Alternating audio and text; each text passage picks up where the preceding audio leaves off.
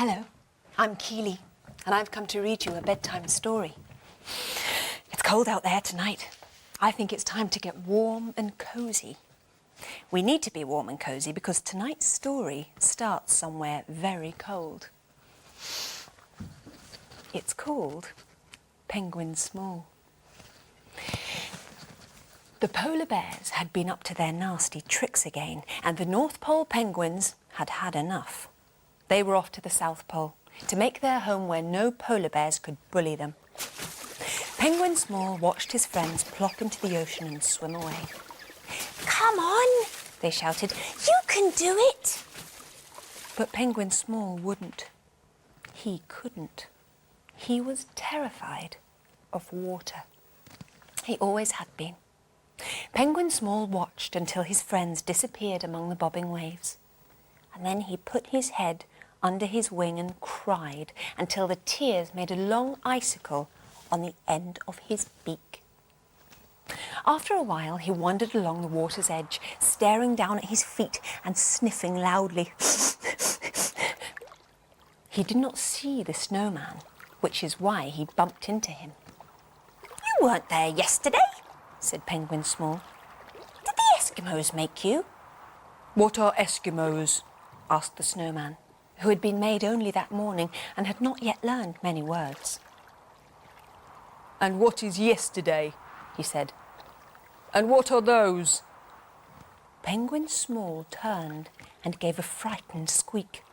The polar bears were coming. "Let me hide under your hat," squeaked Penguin Small. "What's a hat?" said the snowman. Without answering, Penguin Small hopped up onto the snowman's arm and then onto his shoulder and then up onto his head. He lifted the hat and crawled underneath. "Shh," he whispered. "Shh," repeated the snowman loudly. Penguin Small reached down and rubbed out the snowman's mouth with his flipper. The polar bears were in a terrible mood. "Where are the penguins?" said the first. The snowman said nothing. "Where are the penguins?" growled the second. The snowman said nothing. "Tell us where they are!" roared the third, and he began to thump the snow with his great paws. Still the snowman said nothing. Soon all three bears were jumping up and down in a rage. The ice groaned and creaked under them. With a loud crack, the snowman broke away from the shore and floated away on his own little iceberg. "Serves you right!" roared the bears.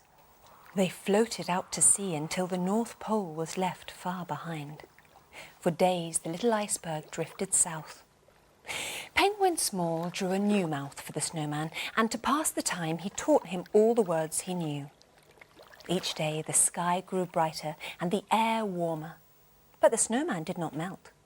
He was made of North Pole snow, and as anyone will tell you, the snow that falls at the North Pole never melts. At last an island appeared on the horizon.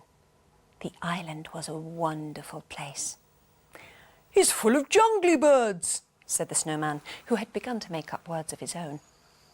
They had never seen threekins before, nor heard hooter crabs, nor made friends with a never-was-an-ocerus. The never-was-an-ocerus spent his time drawing. For each animal that appeared in the forest, there was a picture on the rocks. There were hundreds of them. "This jungland is the wonderful place," said the snowman. "I want to stay here forever." But Penguin Small began to miss his friends. "If only I could swim," he said to the never-was-an-ocerus one day. "Perhaps you should fly," said the never-was-an-ocerus. "Penguins can't fly," said Penguin Small. The never-was-an-ocerus smiled and went back to his drawing. He said nothing more. The snowman did not want Penguin Small to go, but he gave him his hat for a boat when the time came to say goodbye. A teardrop trickled from his eye and froze on his cheek as he pushed Penguin Small out to sea. Penguin Small floated out on the wide ocean. He did not know where he was, nor where he was going. The The sky grew dark and big drops of rain began to fall. All night long the storm blew. Penguin Small huddled in the bottom of the snowman's hat while the waves tossed it high into the air and sent it spinning round and round. By morning the storm had passed. Penguin Small found himself washed up on a strange blue island. "This is a very odd island," he said. "It has no sand, no trees, and no jungly birds of any kind." But the island was not an island. It was a great big blue whoosh! Penguin Small found himself flying through the air, flapping his flippers furiously. The snowman's hat fell into the sea. The scarf fluttered after it, but Penguin Small stayed right where he was, hovering in mid-air, squeaking at the top of his voice, "I can fly! I can fly!" Then suddenly his wings got tired and he dropped like a floppy cushion onto the whale's nose. "Did you see?" he panted. "I was flying!" The whale was heading south to cold waters. He was used to travelling the oceans alone, but he was happy for Penguin Small to ride along with him. While the whale swam, Penguin Small practiced his flying, landing on the whale's nose when he needed a rest. As the days passed, he became an expert, soaring, diving, gliding, hovering, whizzing, but never quite managing, try as he might, to loop the loop. They travelled far to the south. The air became cold and icebergs began to float by. One day, climbing high in the sky, Penguin Small spotted land. Looking down, he saw little shapes, just like himself, lined up against the shore. "Oh, penguins!" he squeaked. Way below him, the whale launched clean out of the water.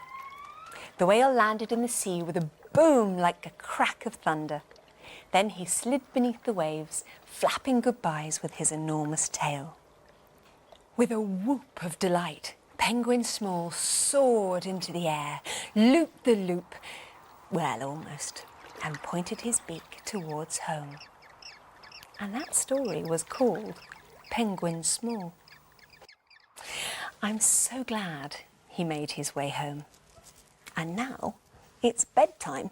So I had better put on my warm things and point my feet towards home. Night-night. See you soon.